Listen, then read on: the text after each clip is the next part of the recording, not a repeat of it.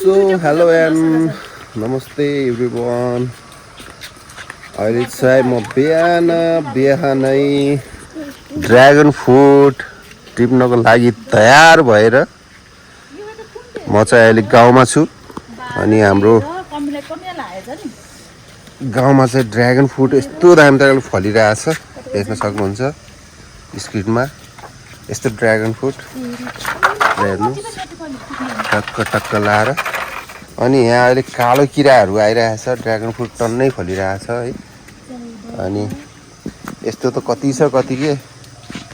फल्यो भन्ने। ल हेर्नुहोस् ड्र्यागन फ्रुट यहाँ फलेछ, उता तल झुन्डिरहेछ, उता फलिरहेछ। यस्तो त घुमाउरो छ, उतापट्टि पनि छ ड्र्यागन फ्रुट होइन, टन्नै फलिरहेको छ। आम्मामा यो किरा किन आएको होला है, यो किरा है। अनि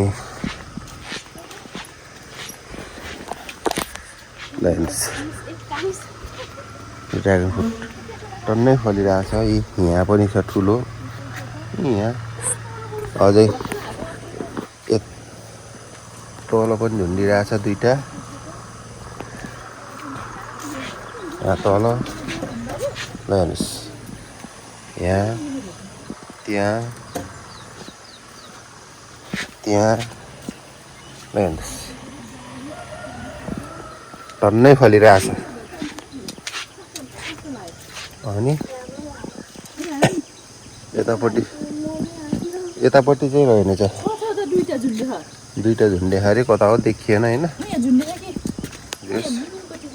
तपाईँ देख्न सक्नुहुन्छ हाम्रो गाउँबाट।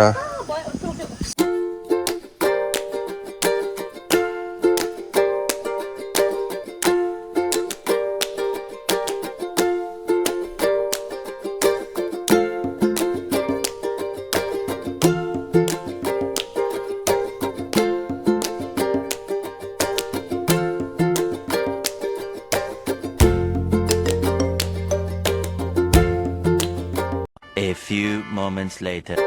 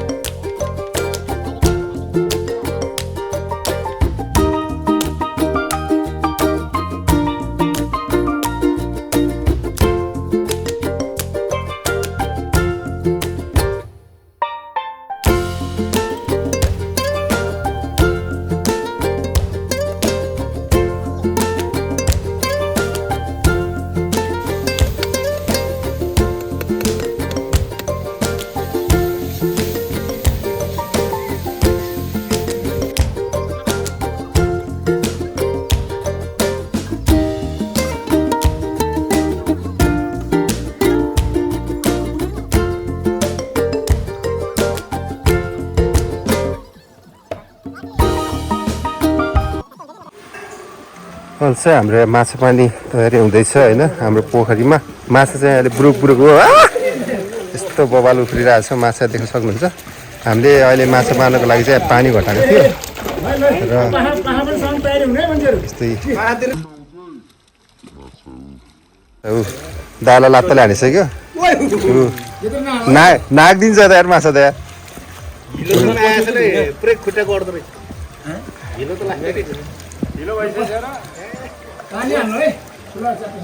हान्दै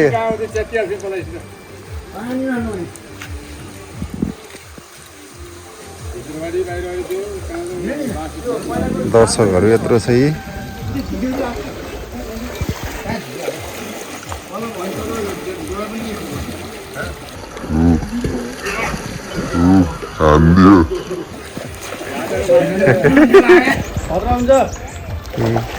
आहा बचामै आहा आहा बचामै आहा अल्छनी हेर न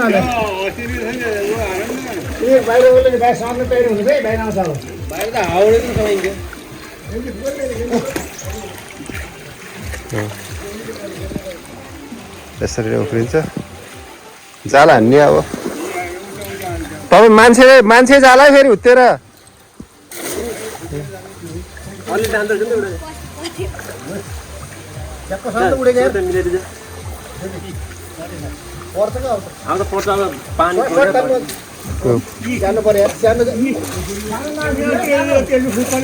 ठुलै पर्यो ठुलो त मैले 10 वटा भन्दा छैन भन्छु छैन कि ल आजको हाम्रो तयारी भइसक्यो खानेकुराहरू चाहिँ माछा मारेर नि भइसक्यो हामीले होइन अनि सबै पानीमा डुबेर माछा मार्ने यताउता गरियो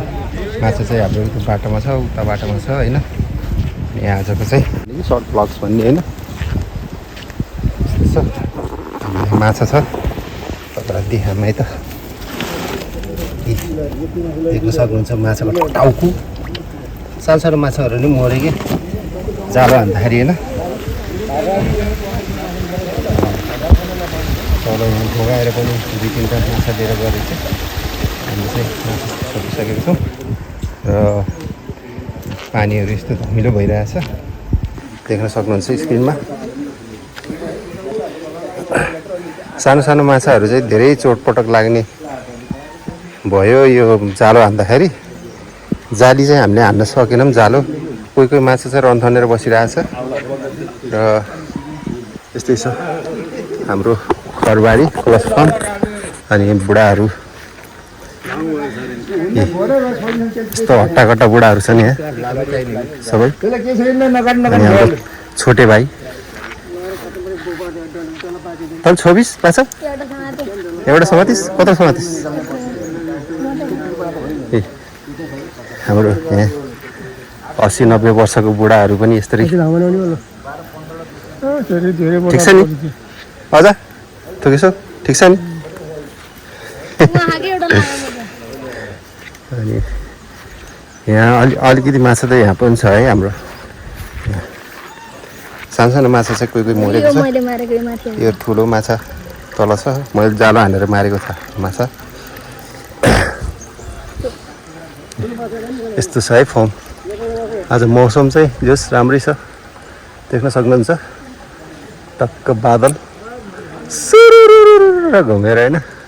अनि उता केराको बुटाहरू पनि छ केरा फलिरहेछ कोही होइन अब आँपको बुटा त रहन्छ डोलाउतीहरू भात पाकिसक्यो भात लिएर आउँदै हुन्छ दाइले अब चाहिँ भात खाने होइन यस्तै हो गाइज देखो न गाइज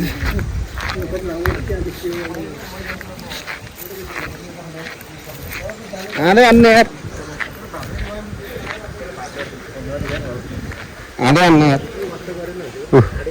कोही ठुल्ठुलो माछाहरू त्यसरी तैरिरहेछ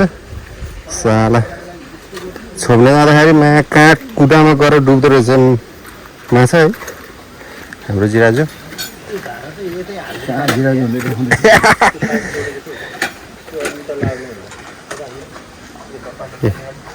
भात पाकिसक्यो उता नुहाइरहेछन् मान्छेहरू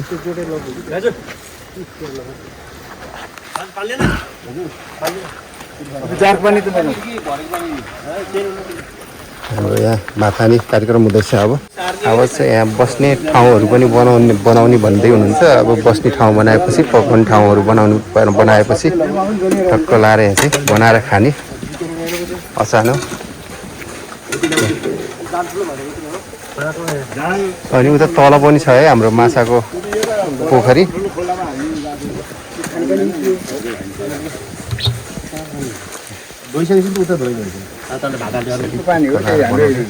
मिटरवाला पानी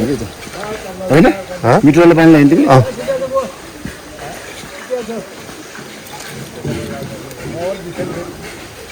हात चाहिँ निक्लिन्छ क्या झ्याङ माछा किन 10-15 किलो निकाल्दै खोज्छ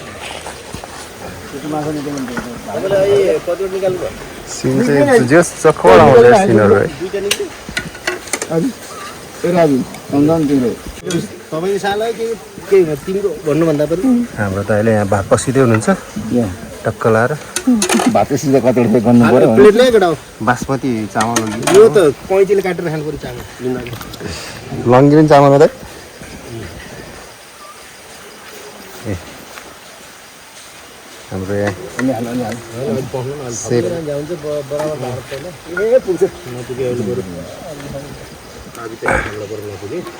कोले खानु नखाएको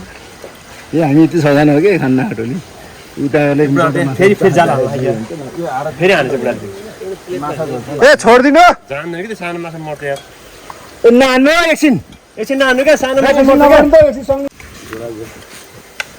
हाम्रो दाइ सबभन्दा फर्स्ट हाम्रो दाइले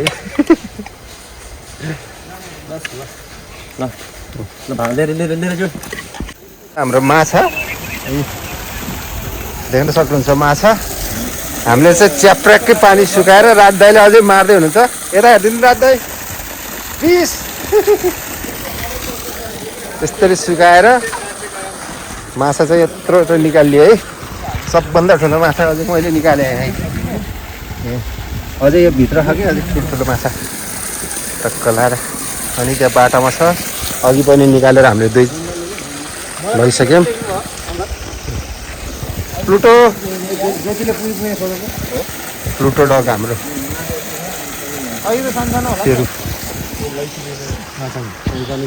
हाम्रो हिसाब किताब गर्दैछन्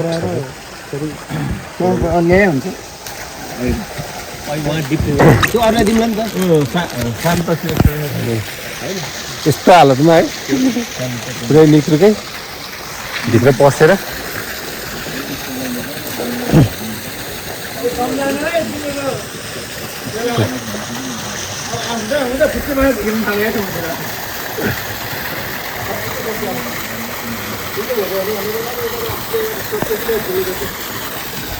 प्लुटो हेलो सुरु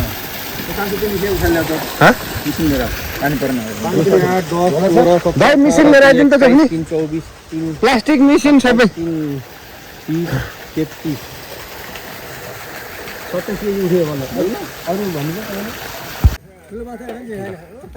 अब चाहिँ हाम्रो यहाँ माछा जोख्ने होइन लाने मानवले माछा छोप्ने माछा झिक्ने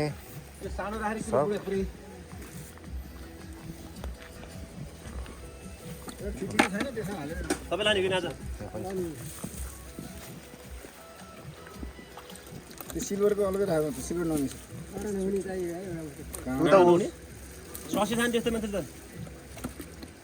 उफ्रेर जाँदाखेरि 1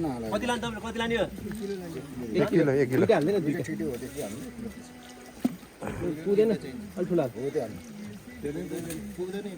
पुग्दैन जति चाहिँ त्यति हिसाब गर्ने कि बस त्यति नै आउनु सानोहरू पुऱ्याइदिउँ टल्कियो यार त्यो हेरिहाल्यो यो 200 ग्राम होला नि